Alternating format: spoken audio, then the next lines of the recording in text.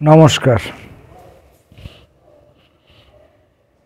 কেউ যেন একদিন বলেছিলেন, জীবন একটি রূপক।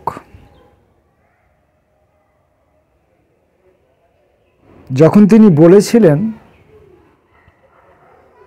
তখন কথাটা বুঝিনি।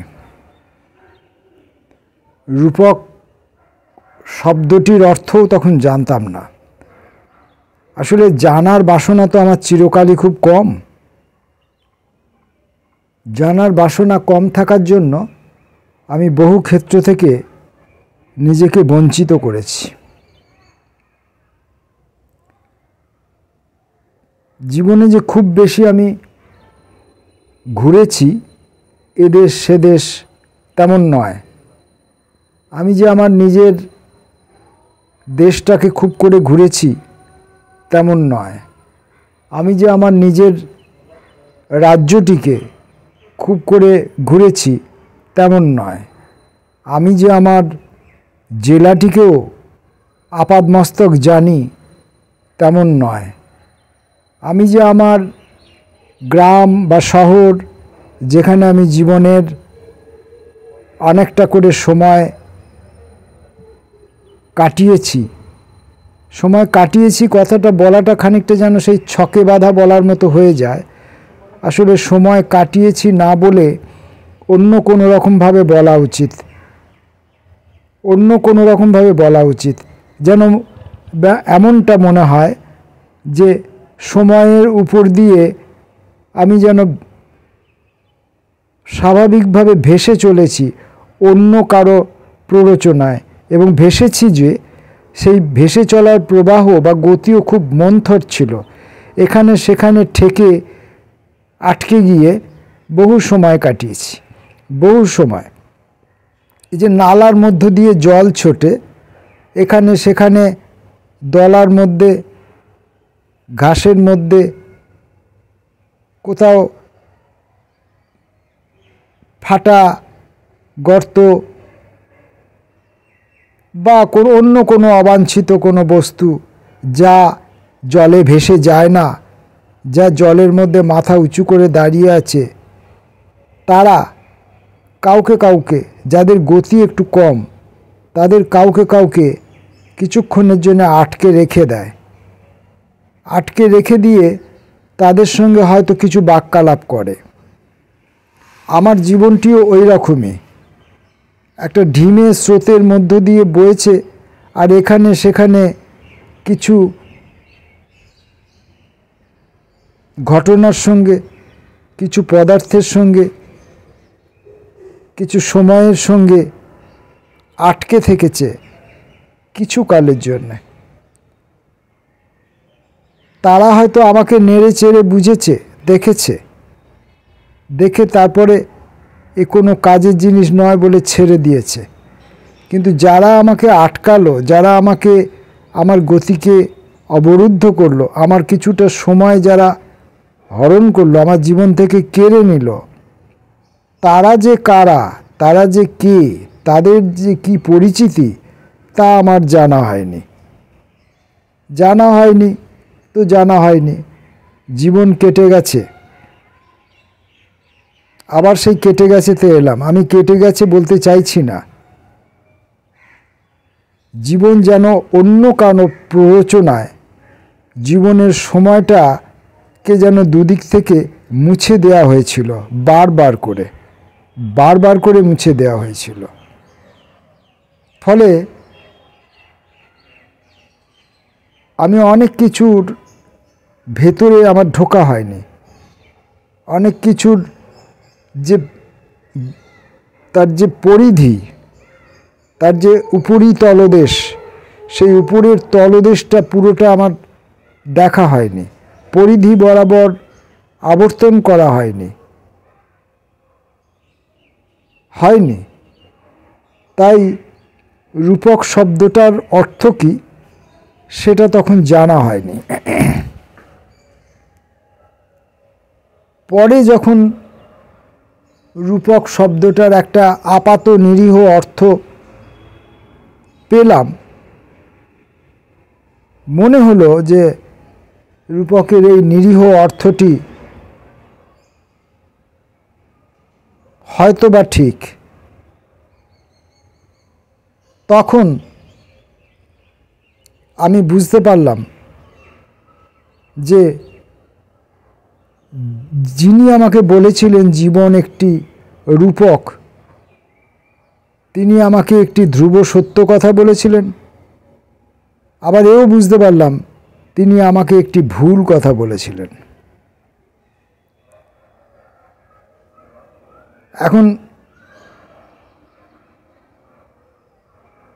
জীবন একটি রূপক, এটি সত্য কেন, কোন খাতিরে, কি খাতিরে, কি কারণে জীবন একটি রূপক, তা ভেবে দেখা দরকার।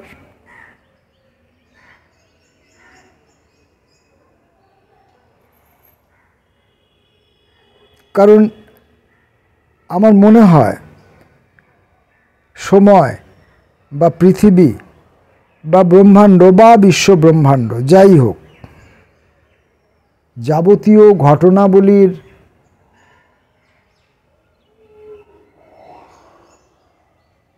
কর্তা, আধার,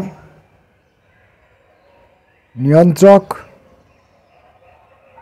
যাই হোক, যেই হোক, যিনি হোক,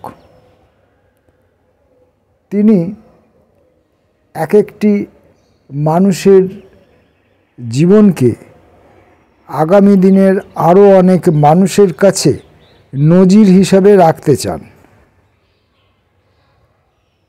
যখন এরকম কোনো মানুষের জীবনটা একটা বড় নজির হয়ে দাঁড়ায়, তখন তাকে আমরা বিশিষ্ট মানুষ বলি, মহাপুরুষ বলি, মহামানবী বলি, তাকে আমরা গণ্য করি, তাকে আমরা ইতিহাসের বইয়ের কয়েকটা পাতা আমরা তার জন্য ব্যয় করি। কিন্তু এই যে সাধারণ মানুষ দোকান যায়, বাজার যায়, খায় দায়, ঘুমায়, ঝগড়া করে, কলহ করে, মারপিট করে, খুন খারাপি করে, এই সমস্ত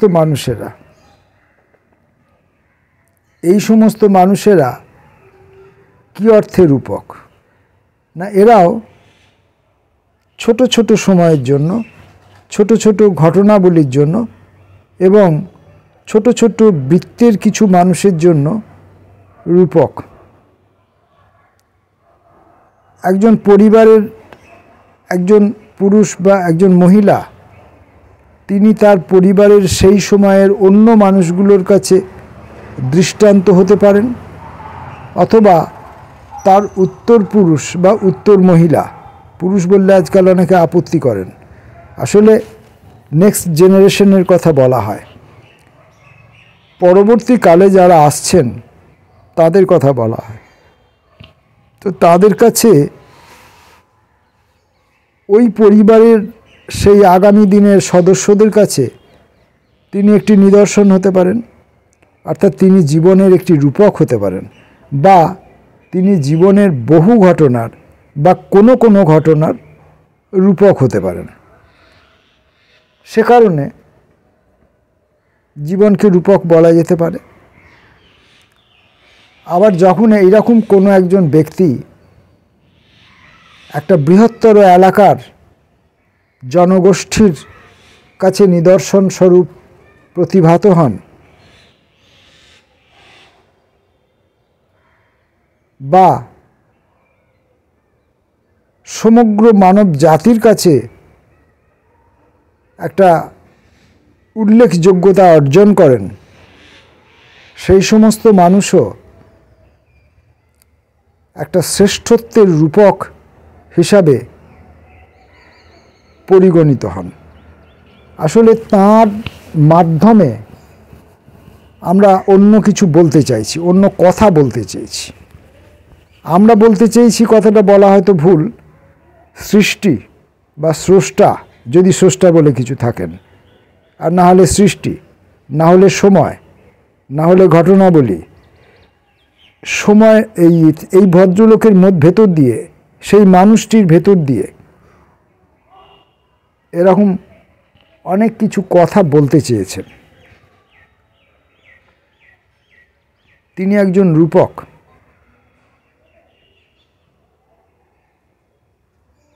অর্থাৎ আমি যখন তার কথা বলছি তখন শুধু তার কথাই বলছি না, আমি অন্যের কথাও বলছি।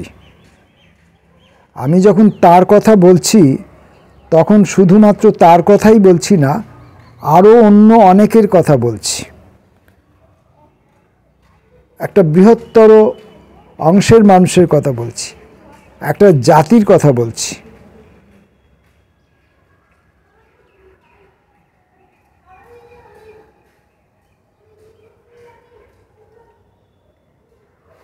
এরকম কি হতে পারে? আমি ক্লিয়ার নই, আমি পরিষ্কার নই। এ সম্পর্কে আমি কারোর সঙ্গে মত বিনিময় করিনি, আমি এ সম্পর্কে কোনো পড়াশোনাও করিনি। এখনই মনে হলো, এখনই বললাম, ভুল হতে পারে। আবার যদি জীবনকে একটি রূপক বলা হয় তাহলে সেটাকে আমি বললাম ভুলও হতে পারে। কেন ভুল হতে পারে? না, জীবনকে যদি আমি রূপক বলি তাহলে এই পার্টিকুলার সেই জীবনটির গুরুত্ব যেন খানিকটা খাটো করা হয়, পার্টিকুলার সেই জীবনটিকে যেন কিছুটা গুরুত্ব কম দেওয়া হয়। অর্থাৎ আমি একে সামনে রেখে অন্যদের কথা বলতে চাইছি, অন্য কিছু বলতে চাইছি, এরকম ব্যাপার। জীবনটা কি তাহলে? জীবনটা আসলে কি? না, একদিন আমি বলেছিলাম যে এরকম হতে পারে যে এই ব্রহ্মাণ্ডব্যাপী, অনন্ত মহাবিশ্বব্যাপী হয়তো একটা সময়ের চাদর পড়ে আছে, আর সেই যে সময়ের অনন্ত যে সময়ের চাদর পড়ে আছে তার কোনো একটা বিন্দু থেকে কোনো একটা বিন্দুতে আমরা অতি ছোট একটা অদৃশ্য পোকার মতো অস্তিত্ব নিয়ে যাত্রা করি। এই যে এ থেকে বি অবধি যাত্রা করলাম, এ থেকে বি অবধি যাত্রা করলাম, সময়ের এ বিন্দু থেকে সময়ের বি বিন্দু অবধি যাত্রা করলাম, এই যাত্রাকালীন অংশটুকুর রাস্তাটুকু সরল রেখা নাকি জটিল রেখা? এই রাস্তাকালীন যে পথটুকু সেটা কি আলোয় ভরা ছিল নাকি অন্ধকারে ভরা ঢাকা ছিল নাকি আলো অন্ধকার উভয়ই ছিল? এই যে এ থেকে বি অবধি আমি যাত্রা করলাম, এই এ থেকে বি অবধি যাত্রাকালীন সময়ে আমি সুখ বেশি পেয়েছি না অসুখ বেশি পেয়েছি? সুখ আমাকে বেশি সমৃদ্ধ করেছে নাকি অসুখ আমাকে বেশি সমৃদ্ধ করেছে? এই এ থেকে বি অবধি যাত্রাকালীন সময়ে আর কোন কোন জীবনের সঙ্গে, অর্থাৎ আর কোন কোন মানুষের সঙ্গে আমার সম্পর্ক স্থাপন হয়েছে, আমার দেখা সাক্ষাৎ হয়েছে, আমার কথাবার্তা হয়েছে, আমার কোনো না কোনো বিষয়ে আদান প্রদান হয়েছে, সেই সব ঘটনা বলি। এ থেকে বি অবধি যাত্রাকালীন যে পথটুকু, সেই অনন্ত মহাবিশ্ব ব্রহ্মাণ্ডব্যাপী যে সময়ের চাদর, তার এ থেকে বি অবধি যাত্রাকালীন সময়টুকুর কথা বলছি, বা অবস্থানটুকুর কথা বলছি। সময় তো সবটা, অবস্থানটুকুর কথা বলছি, সেই কালখণ্ডটির কথা বলছি, সময়ের একটি অতি নগণ্য অংশ, তার কথা বলছি। সেখানে কতবার ঝড় এসেছিল, সেখানে কেমন বৃষ্টি হয়েছিল সেই কালখণ্ডটিতে, কতবার ঋতু পরিবর্তন হয়েছিল, বসন্ত কতবার এসেছিল, বর্ষা কতবার এসেছিল। প্রতিবারের বসন্তে বসন্তকালীন ফুলগুলি কি কি সংখ্যায়, কি কি রঙে এবং কেমন কেমন আকৃতিতে ফুটেছিল। প্রতিবারের বর্ষার অঝোর কিভাবে ঝরেছিল, সে মাটিকে কতটা ভেতর পর্যন্ত ভিজিয়েছিল এবং সেই বর্ষাকালীন সময়ে কোন মানুষ কটি পদ রচনা করেছিল, গানের পদ বললেই ভালো হয়, পদ রচনা করেছিল, এই সব ঘটনা বলি আরও এবং ইত্যাদি প্রচুর প্রচুর, আমাদের হিসাবে প্রচুর, ইউনিভার্সের হিসাবে কিছুই নয়, আমাদের হিসাবে প্রচুর প্রচুর। এই যে প্রচুর ঘটনা বলি, প্রচুর বিষয়, এই সমস্তটাকে একসঙ্গে ধরলে পরে যেটা হয় সেটাকে আমরা জীবন বলতে পারি। আমি অন্তত বলতে পারি, আমি অন্তত সেরকম ভাবছি যে সেই সামগ্রিক যাবতীয় ঘটনাবলী, সামগ্রিক যাবতীয় চিত্রাবলী, সামগ্রিক যাবতীয় ধ্বনির সমন্বয়, শব্দ সমন্বয়,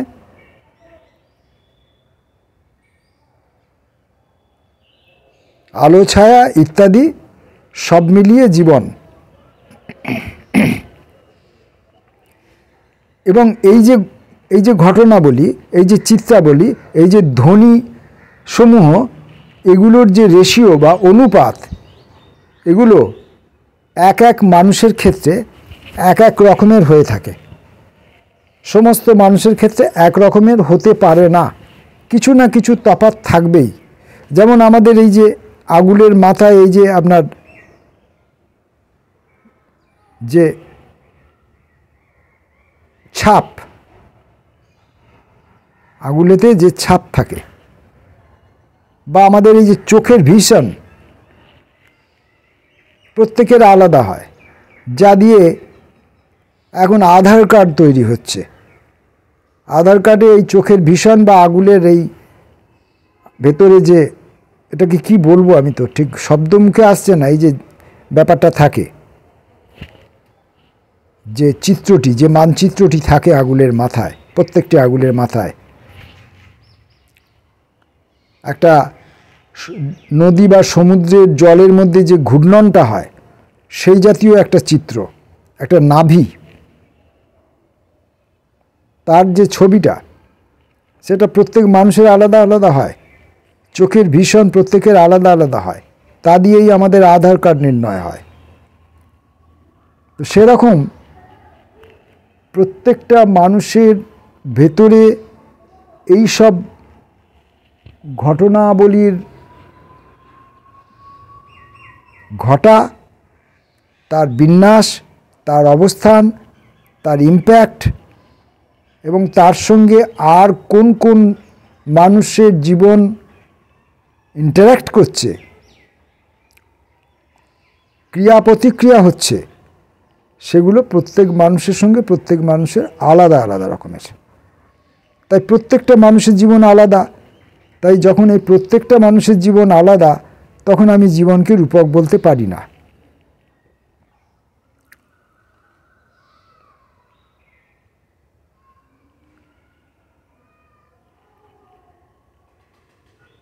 তবুও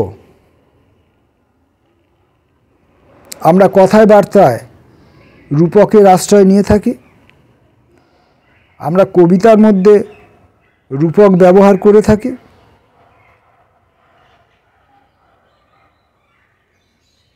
দৈনন্দিন জীবনযাপনে রূপকের একটা বড় ভূমিকা থাকে।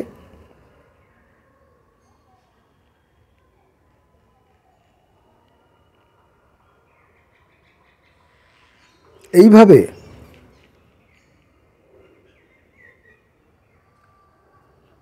আমি এখন রূপককে চিনতে, জানতে, ভাবতে শিখেছি।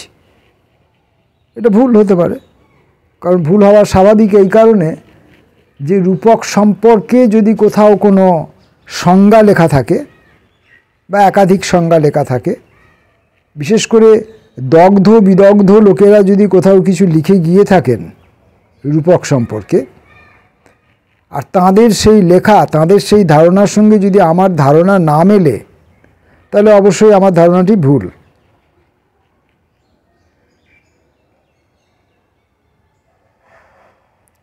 কারণ কোনো বিষয়, কোনো ঘটনা, কোনো বক্তব্য একে যদি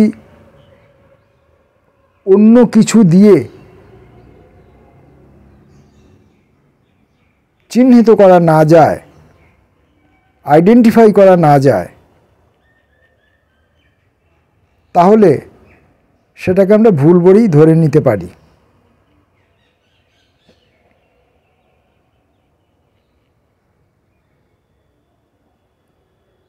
এক থেকে 19-এর মধ্যে 20 নেই। এটা এই যে রবীন্দ্রনাথ কথা প্রসঙ্গে একথা বলেছিলেন যে 1 থেকে 19-এর মধ্যে 20 নেই বলে কি 19-এর পরে 20 থাকবে না?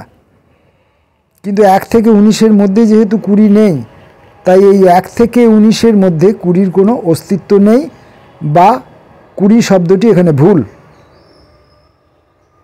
আমরা যখন 19 থেকে 30 অবধি যাব, তার মধ্যে ওই 20, 21, 22 এগুলির তখন অস্তিত্ব আছে, এগুলি তখন ঠিক। কিন্তু ওই 19 পর্যন্ত 20 কথাটি ভুল। তাই আমি আজকে রূপক সম্পর্কে যে কথা বলছি, আগামীকাল থেকে যদি আরও 1 জন, 2 জন, 4 জন, 5 জন, 10 জন, 20 জন রূপক সম্পর্কে ওই জাতীয় কথা বলতে শুরু করেন, তখন আমার এই কথাটি, আমার এই ধারণাটিকে সঠিক বলে স্বীকার করা হবে, মেনে নেওয়া হবে। সবাই যে মেনে নেবেন তেমন নয়, কিন্তু অনেকে মেনে নেবেন। বড় বড় দার্শনিকদের মতামত সম্পর্কে লক্ষ্য করে দেখুন। সেই সব দার্শনিকরা যখন জীবিতকালে তারা যখন কাজ করছেন, তারা যখন তাদের নতুন তত্ত্ব, নতুন মত, পথকে নিয়ে আসছেন, তখন সমস্যার এই সমস্ত মানুষ তো তাকে মেনে নেননি। কোনো কোনো ক্ষেত্রে কাউকে একেবারেই মেনে নেননি, আবার কারু কারু ক্ষেত্রে কিছু কিছু লোক মেনে নিয়েছেন, কিন্তু একবারে আপামর জনগণ মেনে নেননি। আবার পরবর্তীকালেও যখন তিনি একজন দার্শনিক বলে স্বীকৃত হয়েছেন, তখনও পণ্ডিতদের, বিশিষ্ট আলোচকদের মতামতে সকলে সমান গুরুত্ব পান না, বা সকলকে সব আলোচক, সব বিদগ্ধ মানুষ স্বীকার করেন না, কিন্তু কিছু মানুষ করেন। তাই সেটা সম্পূর্ণরূপে বাতিলও হয়ে যায় না, সম্পূর্ণরূপে সেটা ভুল বলে প্রমাণিত হয় না।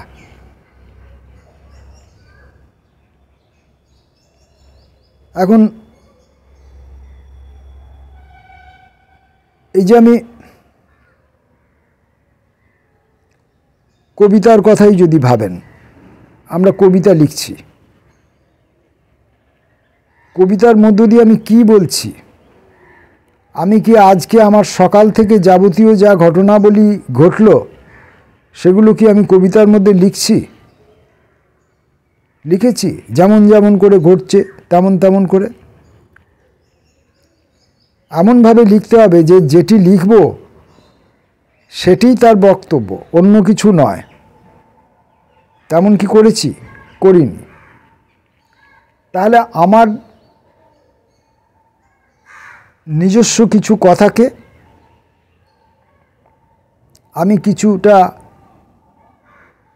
পছন্দ মতো রং, পছন্দ মতো শব্দ, পছন্দ মতো পোশাক পরিচ্ছদ ইত্যাদি দিয়ে তাকে খানিকটা গোপনে রাখলাম, সামান্য একটু অংশ হয়তো প্রকাশিত রাখলাম, বাকি অধিকাংশটাই তাকে আমি গোপনে রাখলাম।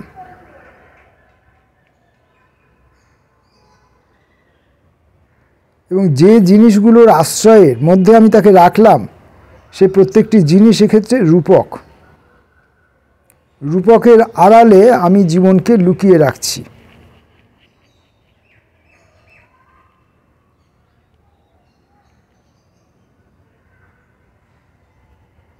যে জিনিসটা যত দূরে আছে, যে জিনিসটা যত দূরে আছে, সে আমার কাছে ততটাই বেশি অজানা, ততটাই বেশি অপরিষ্কার,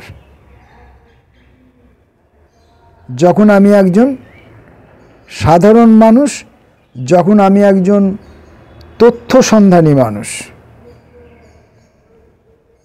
কিন্তু ওই দূরবর্তী জিনিসটিই আমার কাছে আবার কাছাকাছি থাকা জিনিসগুলোর থেকে অনেক বেশি পরিষ্কার হয়ে উঠতে পারে যদি আমি দূরত্বটাকে আমার মানসিক ঐশ্বর্য দিয়ে জয় করতে পারি। যেভাবে আমরা চাঁদের ভেতরে চরকা কাটা বুড়িকে কল্পনা করেছিলাম, চাঁদের জ্যোৎস্না নিয়ে যেভাবে আমরা যুগের পর যুগ সুখকর নিশি যাপন করেছি, চাঁদের জ্যোৎস্না কত মানুষের জীবনের সুখকর সময়কে আলো জুগিয়েছে, রহস্য জুগিয়েছে, স্নিগ্ধতা জুগিয়েছে, তার ইয়ত্তা নেই। আজও তা করে চলেছে। চাঁদ সম্পর্কে রিয়েলিস্টিকভাবে অনেক তথ্যই আমাদের কাছে এসে হাজির। আমরা আর আগের দিনের চাঁদ আর আজকের চাঁদ আমাদের কাছে আর এক নয়। তথাপি চাঁদের যে জ্যোৎস্না, সে কিন্তু এখনও মানুষের সঙ্গে প্রায় একই রকমের আচরণ করে। এখন এই চাঁদের এই জ্যোৎস্না, এই জ্যোৎস্নাকে যদি আমি রূপক হিসাবে ভাবি, চাঁদের জ্যোৎস্নাকে যদি আমি রূপক হিসাবে ভাবি,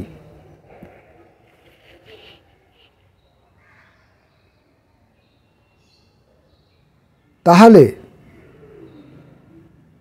তোমার অনেক গুণাবলীকে সরাসরি স্বীকার করে নেওয়ার দায় থেকে আমি মুক্তি পাই, আমি অব্যাহতি পাই। তোমার সেই সব গুণাবলীর দ্বারা আমি পুষ্ট, তোমার সেই সব গুণাবলীর দ্বারা আমি ঋদ্ধ, তোমার সেই সব গুণাবলীর দ্বারা আমি আলোকিত। কিন্তু আমি তোমাকে স্বীকার করতে চাই না। যখন আমি তোমাকে স্বীকার করতে চাই না, অথচ এই ঘটনাগুলো থেকে পালিয়ে যাবারও কোনো রাস্তা নেই, অস্বীকারও করার কোনো রাস্তা নেই, তখন আমরা এই ধরনের কিছু ঘটনা, এই ধরনের কিছু বিষয়কে আমরা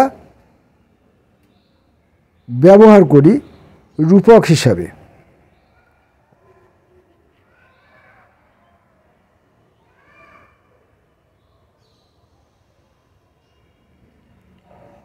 কথা একটা জায়গা থেকে শুরু হয়।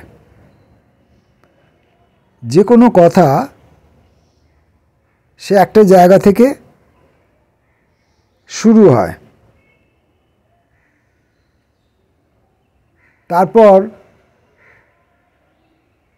সেই কথাই আস্তে আস্তে তার প্রয়োজনীয় কথা সংগ্রহ করে।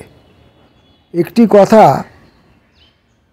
আরেকটি কথাকে অনেক কথা জুগিয়ে দেয়।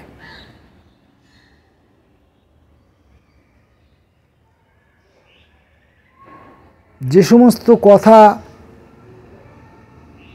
কথা প্রসঙ্গে এসে পড়ে, যে সমস্ত কথা প্রসঙ্গে এসে পড়ে, যার আসার কথা নয়, যা আমার মূল বক্তব্য নয়, সেগুলোকেও কি রূপক বলা যেতে পারে না? সেগুলোও বোধহয় রূপক, কারণ আমি তো তাদের কথা বলতে চাইনি। আমি বলতে চেয়েছি এ থেকে বি এর কথা। আমি এ থেকে বি এর যাত্রাপথের কথা বলতে চেয়ে আমি এক্স থেকে ওয়াই যাত্রাপথের কথাটি বলেছি। অর্থাৎ এক্স থেকে ওয়াই যাত্রাপথের যে কথা, সেটা আমার বক্তব্য ছিল না। আমি এক্স থেকে ওয়াই যাত্রাপথের কথাকে বলে আমি এ থেকে বি যাত্রাপথের কথাকে বোঝাতে চেয়েছি।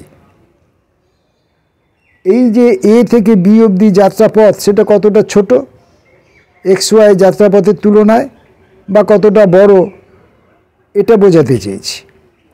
এই এ থেকে বি যাত্রাপথটি কতটা সাপদ ওই এক্স থেকে ওয়াই যাত্রাপথের তুলনায়, আমি সেটা বোঝাতে চেয়েছি। এই এ থেকে বি অবধি যাত্রাপথ কতটা মসৃণ, তা আমি বোঝাতে চেয়েছি এক্স থেকে ওয়াই যাত্রাপথের তুলনায়। এক্স থেকে ওয়াই যাত্রাপথকে আমি এখানে রূপক হিসাবে ব্যবহার করছি।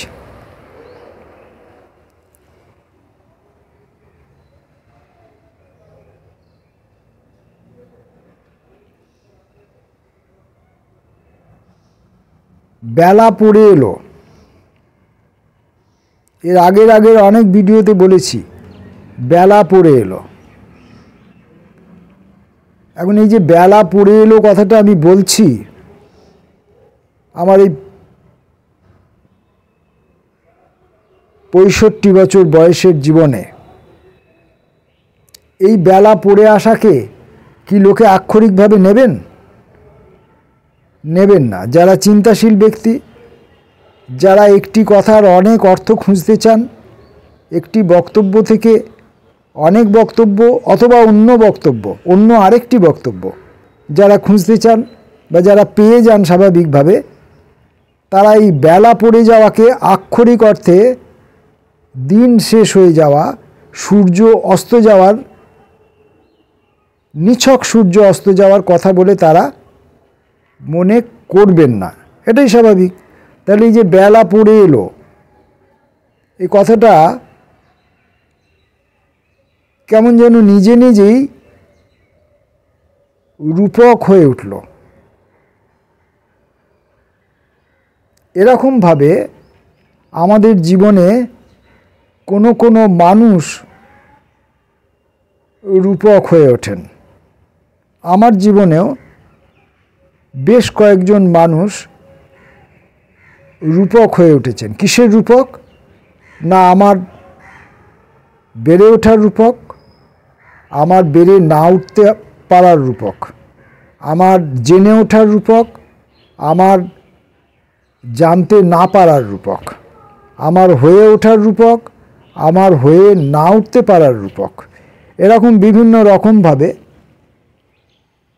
তাঁরা আমার কাছে রূপক হিসাবে প্রতিভাত হয়েছেন। তাদের ব্যক্তিগত জীবনের কোনো সিদ্ধান্ত রূপকের মতো আমাকে পথ নির্দেশ করেছে। আমি এক্ষেত্রে বলতে পারি, অনেকের নাম বলতে পারি, একদম আক্ষরিক অর্থে নাম বলতে পারি। প্রদীপ্ত হাজরা বলে একটি বালক ছিল, মাত্র 18 বছর বয়সে তার জীবনাবসান হয়। কেউ বলে থাকেন যে সেই বালকটি আত্মহত্যা করেছিল, আবার অনেকের বিশ্বাস যে সেই বালকটির পক্ষে আত্মহত্যা করা সম্ভব নয়। সেই বালকটির যা চারিত্রিক বৈশিষ্ট্য আমরা তখনও পর্যন্ত যা দেখেছিলাম, তো যেভাবেই হোক 18 বছর বয়সে তার জীবন শেষ হয়ে গিয়েছিল। তার আগে পর্যন্ত সেই ছেলেটির ভাবনা, চিন্তা, কথাবার্তা, আচার আচরণ, কাজকর্ম, কাজের পরিধি, মুখের কথা, লিখিত বাক্য বা বাক্যাবলী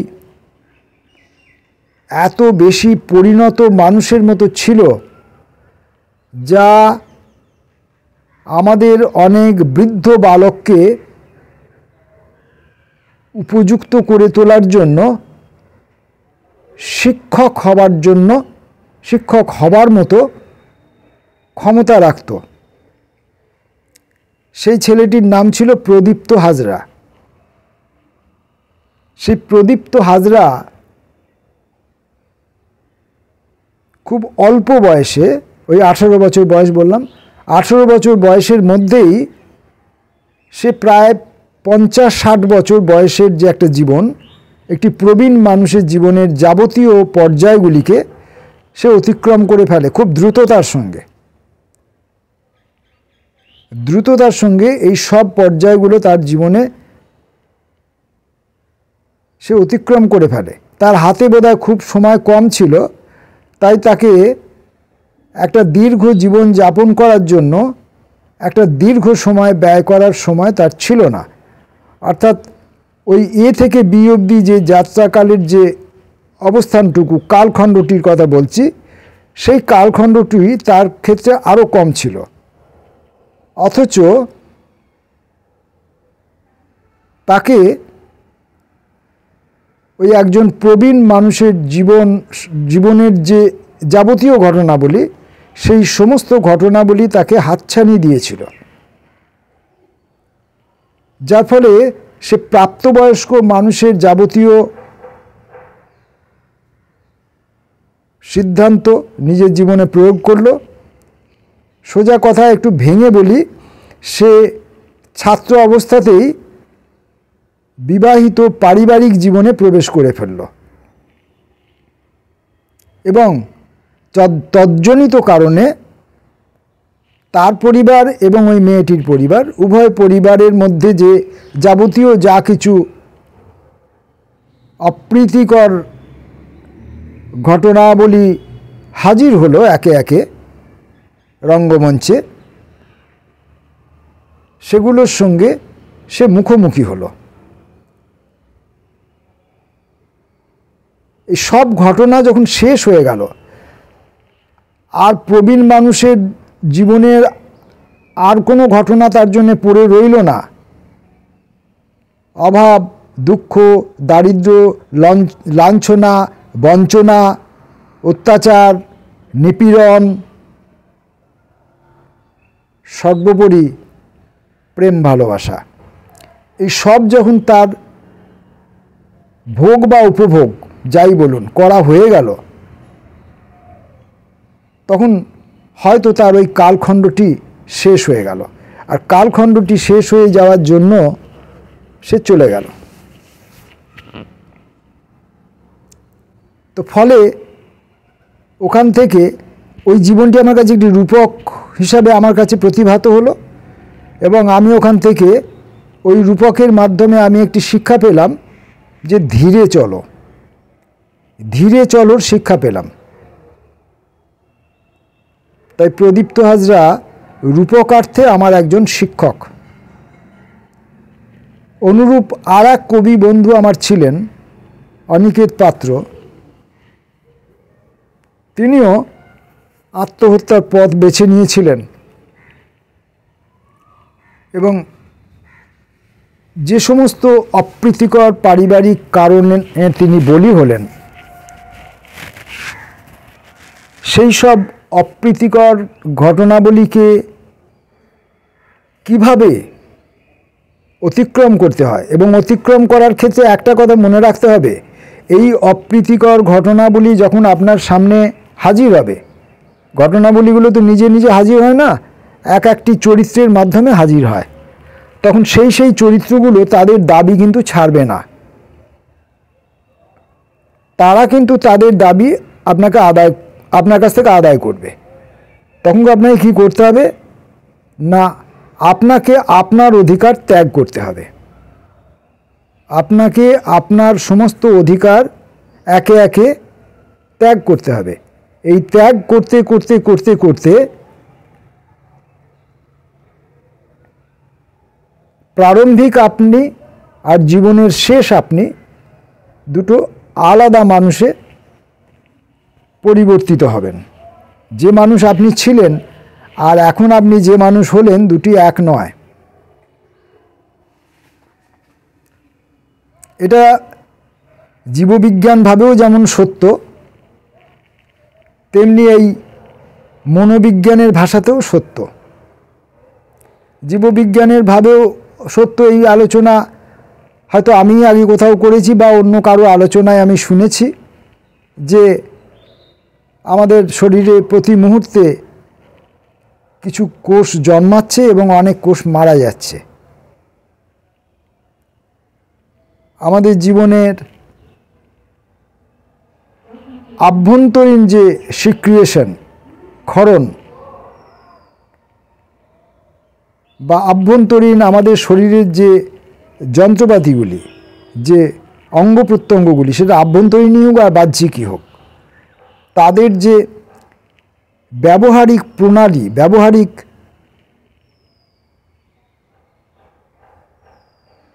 প্রথা, ব্যবহারিক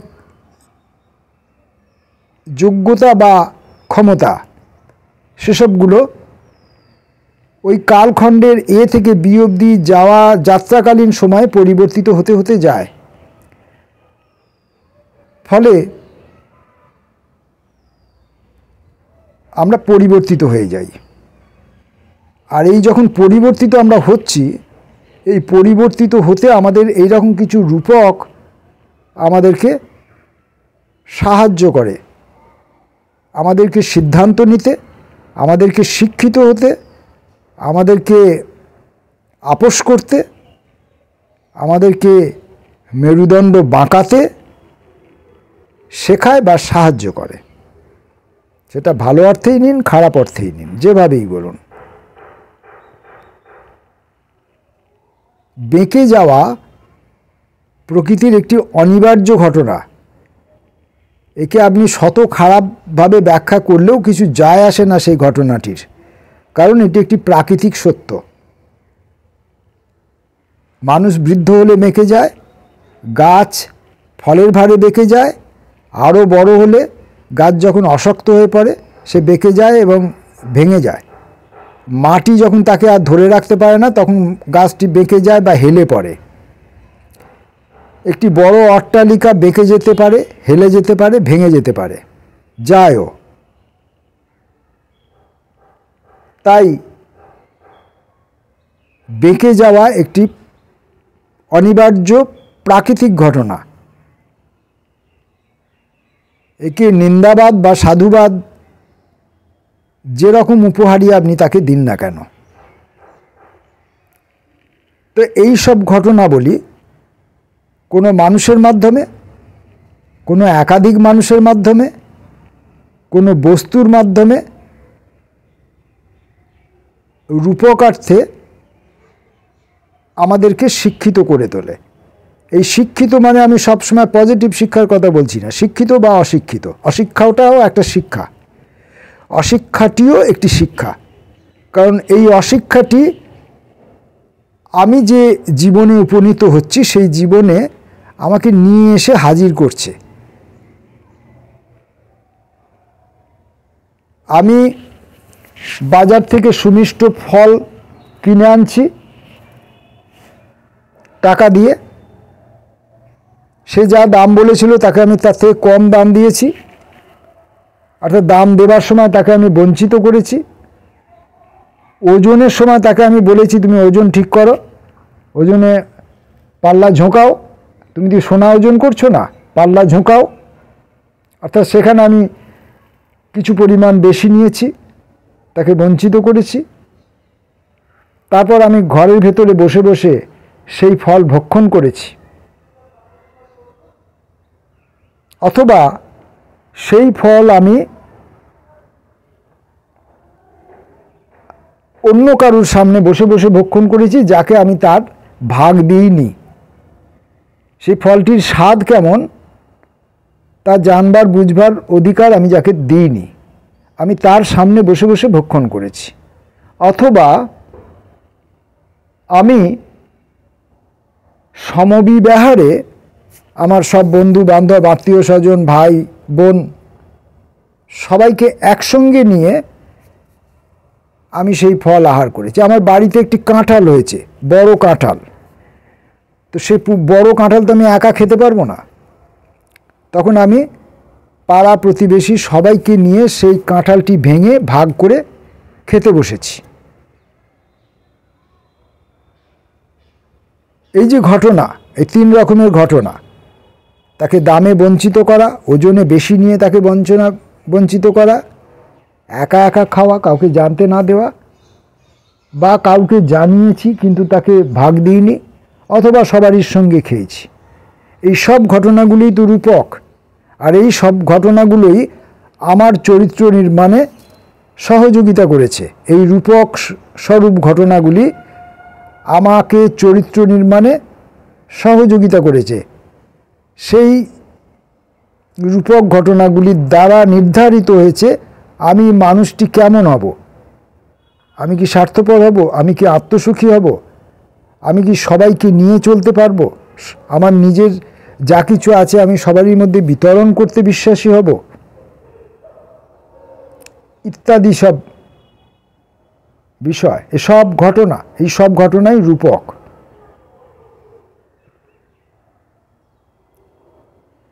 একটি অতি ব্যস্ত একটি রাস্তা, যানবাহনে ব্যস্ত একটি রাস্তা অতিক্রম করা যায় না পায়ে হেঁটে। আমি গ্রাম থেকে এসেছি, গ্রামের রাস্তা আমরা চোখ বুজে হাঁটতাম, সেখানে চোখ মেলে তাকিয়ে হাঁটার দরকার হতো না। কখনো কখনো বন জঙ্গলের ভেতর দিয়ে বা অন্ধকার পথে দিয়ে হাঁটতে গেলে আমাদের একটু সতর্ক হতে হতো সাপদ প্রাণীর থেকে আত্মরক্ষার জন্য, সাপ ইত্যাদি। কিন্তু গ্রামের মাঠে ঘাটে দিনের আলোয় আমরা যখন হাঁটাহাঁটি করেছি, তখন আমরা আকাশ দেখেছি, গাছপালা দেখেছি, অন্য মানুষকে দেখেছি, অন্য মানুষের কার্যক্রমকে দেখেছি। শুধুমাত্র রাস্তার দিকে, ওই যানবাহনের দিকে চোখ ব্যস্ত রেখে রাস্তা অতিক্রম করিনি। কিন্তু যখন আমি শহরে এলাম, একটি অতি ব্যস্ত রাস্তার মুখোমুখি হলাম, এবং রাস্তাটির এ প্রান্ত থেকে ও প্রান্ত আমাকে যেতে হবে, দুধারে অনর্গল গাড়ি, এবং যে গাড়ির গতি যত দ্রুত সে গাড়ির ব্যস্ততাও তত দ্রুত। পায়ে হাঁটা মানুষকে রাস্তা পার হতে দেবার সময় তার কাছে নেই, কারণ তার গাড়িটি অতি দ্রুতগামী। সে আরও দ্রুতগামী হবার প্রতিযোগিতা আছে তার মনের মধ্যে, তার নিজের সঙ্গে নিজের। তাই পদচারী মানুষকে রাস্তা অতিক্রম করতে সহযোগিতা করার মানসিকতা তার মধ্যে নেই। এখন আমি রাস্তা পার হতে যাব, সেই সময় আমারই মতো আরেকটি আনাড়ি লোক রাস্তা পার হতে গেল এবং গাড়ি চাপা পড়ল। আমি দেখলাম চোখের সামনে। তাহলে একটা মানুষের জীবনের বিনিময়ে আমি রাস্তা পার হতে গেলে কিভাবে রাস্তা পার হতে হবে সেই অভিজ্ঞতা অর্জন করলাম। অর্থাৎ ওই মানুষটির মৃত্যুটি আমার জীবনে একটি শিক্ষা স্বরূপ রূপক বা রূপক স্বরূপ শিক্ষা। এরকম হাজারো রূপক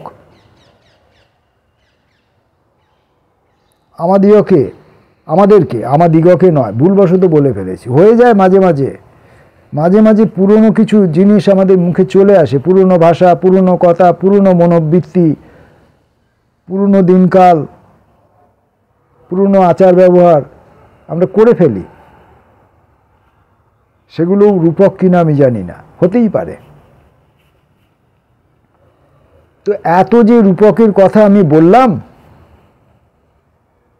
বা বলতে চাইলাম, আরও অনেক কথাই তো বাকি রয়ে গেল, সব তার বলা সম্ভব নয়। কিন্তু আমি আসলে কোন রূপকের কথা বলতে চেয়েছি, আসলে আমি একটি বালকের কথা বলতে চেয়েছি। সে এখন আর বালক নেই, সে এখন প্রায় প্রবীণ।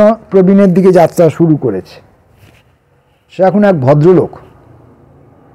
হ্যাঁ, ভদ্র নাও হতে পারে, অভদ্রও হতে পারে। আমি ভদ্রলোক কথাটা একটা কথার কথা আর কি। তো সেই ছেলেটির নাম আক্ষরিক অর্থেই তার নাম রূপক, এবং সে আমার জীবনে একটা বেশ বড় রূপকের ভূমিকা পালন করেছে। আমি তার কথায় আসতে চাইছিলাম, তার কথায় আমি আসতে চাইছিলাম।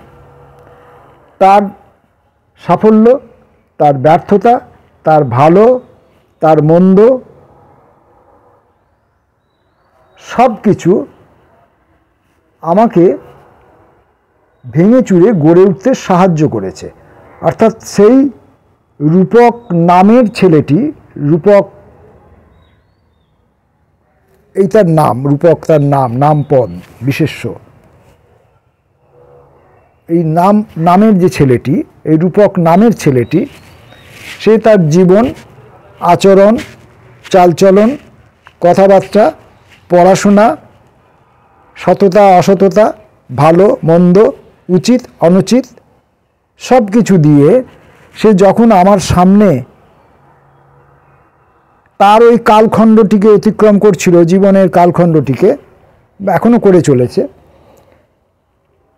তখন সে আমার কাছে এক রূপক শিক্ষক হিসাবে বা একাধিক রূপক শিক্ষক হিসাবে, তার জীবনের বিভিন্ন ফেজে একাধিক শিক্ষক হিসাবে, নানান শিক্ষক হিসাবে সে আমার জীবনে প্রতিভাত হয়েছে।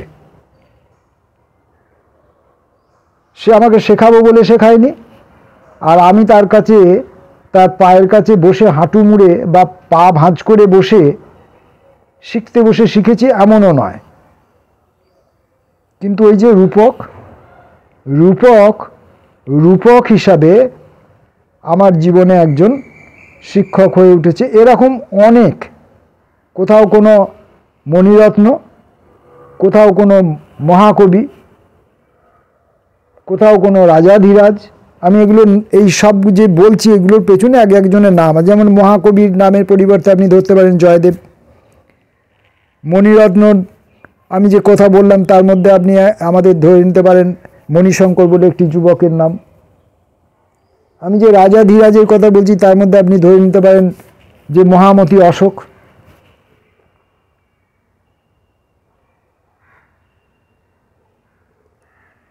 এরকম আকাশ বাতাস, প্রকাশ বিকাশ, কোনো সাধক গৌতম বুদ্ধের মতো, কোনো সাধক, কোনো মহাপরাক্রমশালী যোদ্ধা পার্থের মতো, অর্জুনের মতো, এরকম সব অনেক মানুষকে ধরে নিতে পারেন যারা আমাকে রূপক হয়ে আমাকে শিক্ষিত করেছেন। প্রচুর জড়বস্তুও রূপক হিসেবে আমাকে শিক্ষা দিয়েছে। আমি যে রাস্তায় যতবার হোঁচট খেয়েছি, প্রতিবার সেই হোঁচটের বিষয়গুলি, ইট কাঠ পাথর গাড্ডা গর্ত, তারা প্রত্যেকেই রূপক হয়ে আমাকে কিভাবে রাস্তা চলতে হয়, রাস্তায় কিভাবে হাঁটতে হয় তা আমাকে তারা শিখিয়েছে। তারা রূপক হিসাবে শিক্ষকের ভূমিকা পালন করেছে। তো আমি এক ব্যক্তি রূপকের কথায় বলবার জন্য এসেছিলাম। সেই ছেলেটির নাম রূপক দাস। এর থেকে বেশি আমি তার সম্পর্কে আপাতত আজ আর কিছু বলতে পারছি না, কারণ আমি প্রায় 1 ঘন্টা সময় অতিক্রম করে ফেলেছি রূপক শব্দটিকে নিয়ে বোঝবার চেষ্টা করতে গিয়ে। শেষ পর্যন্ত বোধহয় কিছুই বুঝে উঠতে পারলাম না। আর বুঝে উঠতে না পেরে আপনাদের কাছ থেকে বুঝে নেব এই প্রত্যাশা রেখে আপাতত এখানে আমি শেষ করতে বাধ্য হচ্ছি, কারণ আমার বেলা শেষ হয়ে গেল, অন্ধকার নেমে আসছে। নমস্কার।